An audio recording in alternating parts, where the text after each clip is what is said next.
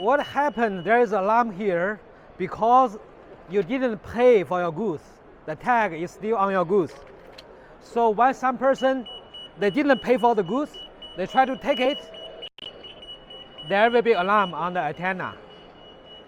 When they pay and the worker in the store take off this tag,